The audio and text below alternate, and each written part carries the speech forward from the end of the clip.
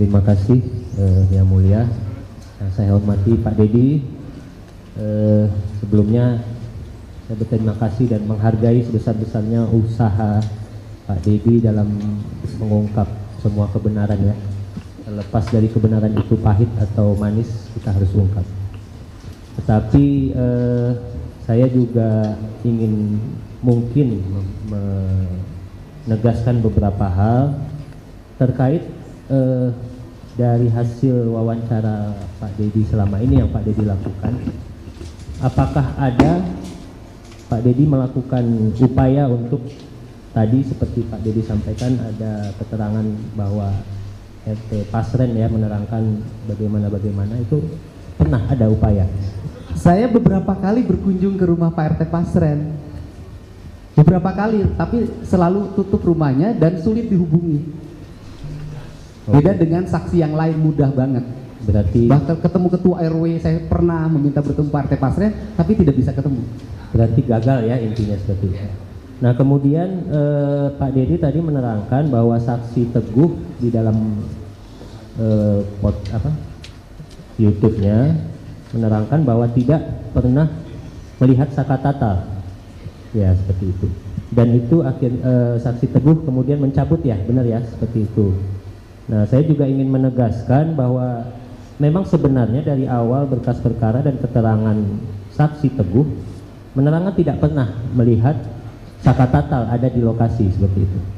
Nah sehingga saksi Teguh ini memang tidak dijadikan saksi dalam perkara Saka Tatal. Itu fakta yang ada dalam berkas perkara dan putusan pengadilan gitu ya. Baik, saya jelaskan. Di channel YouTube saya, Saudara Teguh tidak menjelaskan masalah Saka Tatal. Di channel YouTube saya, Saudara Teguh menjelaskan, dia sambil menangis bisa dilihat di situ, bahwa dulu di 2016 di BAP-nya dia pertama berkumpul di rumah Bu Nining, kemudian setelah itu Saudara Teguh membeli nasi kuning. Kemudian di BAP 2016 setelah membeli nasi kuning, Saudara Teguh langsung pulang ke rumah Pram bareng berdua dan nginep di rumah Pram. Tetapi di channel YouTube saya dia mengatakan bahwa itu bohong.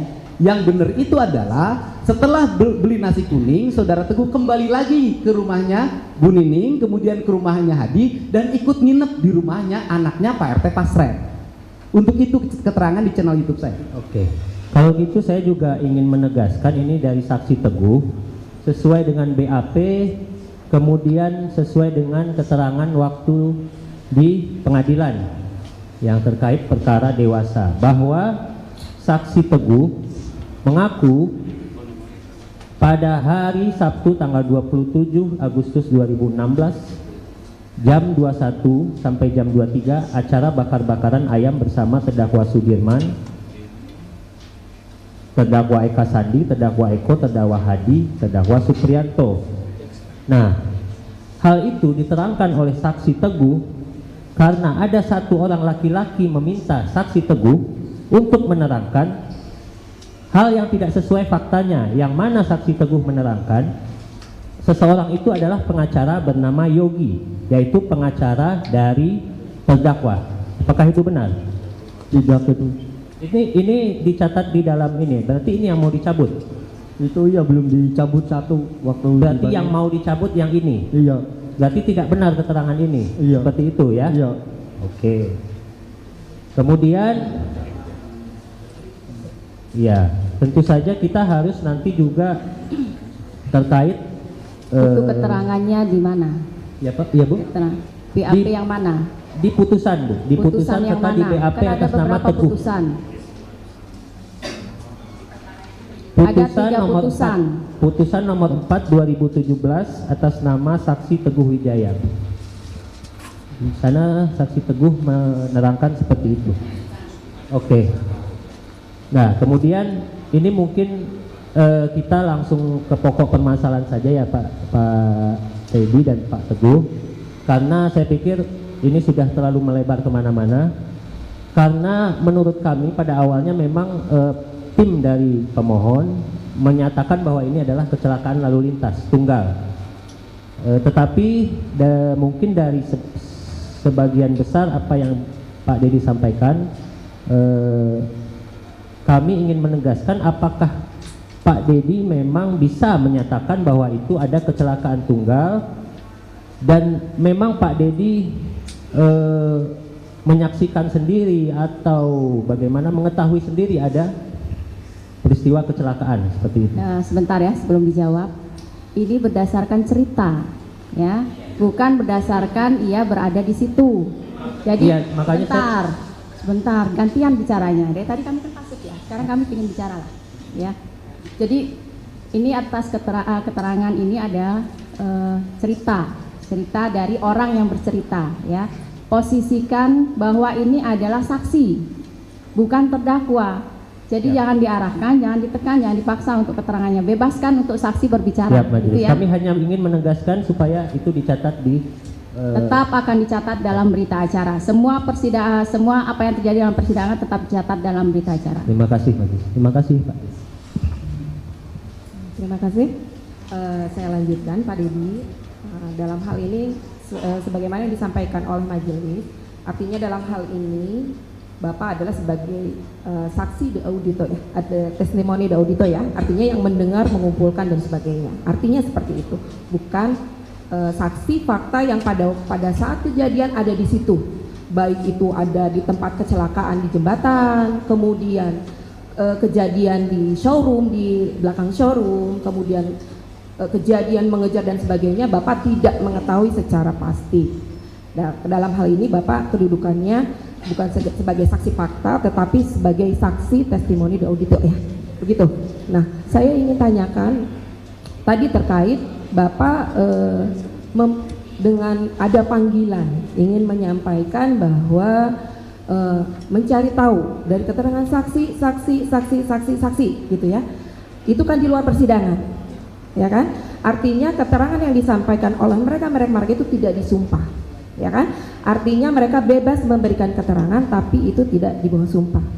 Nah, ketika disandingkan dengan keterangan mereka sebagai saksi yang ada di persidangan, yang kemudian kami sidangkan, kemudian hasilnya ada putusan dan sampai tingkat pertama, banding sampai dengan kasasi. Ya, di hasil keterangan-keterangan itu tuh mungkin keterangan yang Bapak sampaikan itu ada persamaannya dengan berkas dan ada juga perbedaannya sedikit mungkin ya, yang Bapak sampaikan. Nah, tetapi dalam hal ini yang saya ingin tahu, Langsung ke pertanyaan ya. Siap yang mulia. Apa alasannya Bapak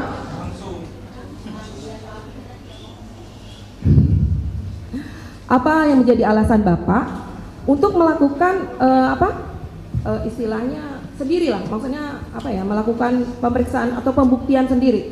Tidak, artinya kan perkara ini muncul itu setelah adanya SPDP masuk ke kejaksaan, kemudian penangkapan Peggy dan sebagainya.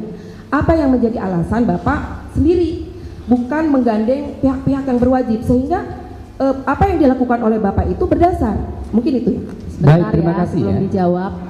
Tadi sudah dijawab ya. Jadi tolong disimak pertanyaannya. Jadi tidak ada pengulangan lagi ya. Karena ini persidangan masih ada yang lain. Kalau kita cuma berputar di sini terus nggak akan selesai, gitu ya. Jadi tolong disimak. Begitu juga dengan kuasa pemohon, sama dua-duanya, kuasa pemohon maupun termohon. Tolong disimak pertanyaannya. Jadi jangan ada pengulangan-pengulangan lagi, gitu ya. Baik, terima Silakan. kasih yang mulia. Saya hanya ingin lebih mendetail aja Bu, artinya tadi kan sudah memang mengatakan bahwa itu panggilan jiwa. Artinya maksud saya, kalaupun seperti ini kan, iya. Jadi maksud saya tadi Bapak itu melakukan itu sendiri, kenapa tidak menggandeng pihak kepolisian? Yang pertama bahwa saya tidak punya kewajiban untuk bekerja sama dengan siapapun. Karena tugas saya aja menyajikan informasi. Informasi ini bisa digunakan oleh kuasa hukum, bisa digunakan oleh jaksa, bisa digunakan oleh penyidik. Dan seluruhnya kan terbukti hari ini bahwa seluruh data informasi yang saya sampaikan bisa menjadi landasan bagi PK-nya Sakatata. Dan nanti bisa menjadi landasan bagi PK-nya 7 terpidana. Dan kemudian para pihak yang berkeberatan terhadap berbagai kesaksian yang diduga palsu 2016 semuanya berproses, dilaporkan ke Mabes Polri. Apa yang saya lakukan sesungguhnya adalah bagian dari upaya saya untuk membantu alat penegak hukum agar mendapat informasi yang sempurna terhadap peristiwa ini.